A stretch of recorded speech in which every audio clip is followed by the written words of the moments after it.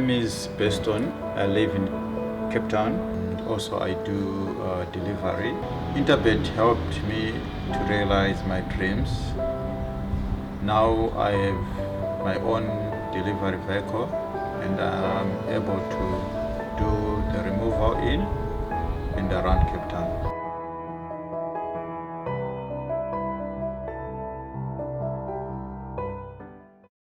Racing takes place at Hollywoodbets Greyville on Monday, the 25th of July, 2022. And there is an 8-race program, and a lot of those races are apprentice races, and we will talk about them as we go along and about the apprentices that continue to excel. The first race of the day is at 12:40, 20-1. A juvenile plate for fillies over 1,400 meters. As I mentioned, we're on the poly, and it is the first leg of the bipot. And with me in studio today is our dear good friend and colleague, Dees Dynand. He's going to help us with these 8 races. Dees, how are you? And the first race looks quite tough, I believe, anyway. Yeah, it does look to be a competitive race, but I like the cock runner, but more about that when we put up the field. Just a massive week, Warren, leading up to Saturday. It's 2 race meetings, Monday and, of course, Wednesday. And it's going to be, all systems go on Saturday, which promises to be a fantastic race meeting with all those feature races. There's a lot of racing, and it does become overwhelming in the sense that it's just so exciting. Sure. Overwhelming because we love the racing. We want as much racing as possible. And as you say, at the end of the week, that huge race meeting here at Hollywoodbets Greyville, it's going to be an absolute cracker. Good week and an exciting week. Here's the field. Let's go. You spoke about Ready to Fly, Mike de Kock's horse, for Ben Mag Brown Syndicate, Neil Andrews and Mike de Kock. And she is also going to be my first choice, but there are others that have got chances. Of course, she beat Virginia Sweet comfortably, and we will know a bit more about Virginia Sweet later on, because obviously we're recording this show early Sunday morning.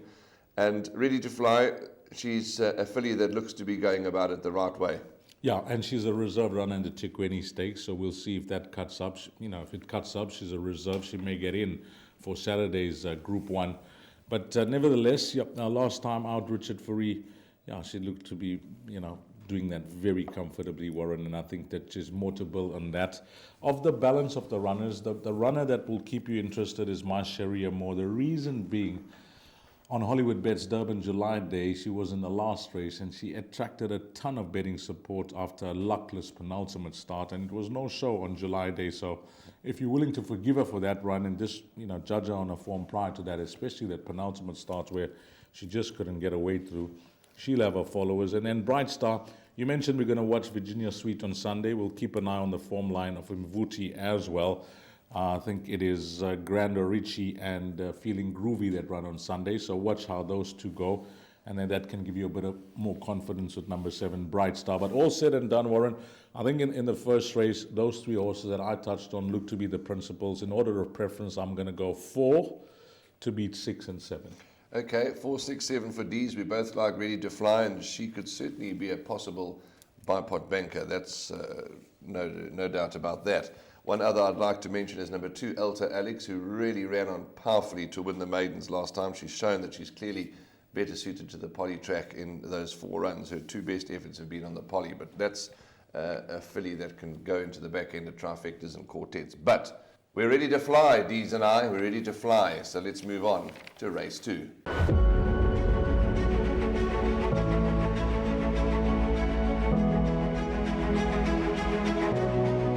It's good fun. Days like these are great. You get the whole industry together, and to have, companies and corporations like Interbet and Cape Racing who are so generous with sort of time and energy into making a day like this possible is it's fantastic for everyone.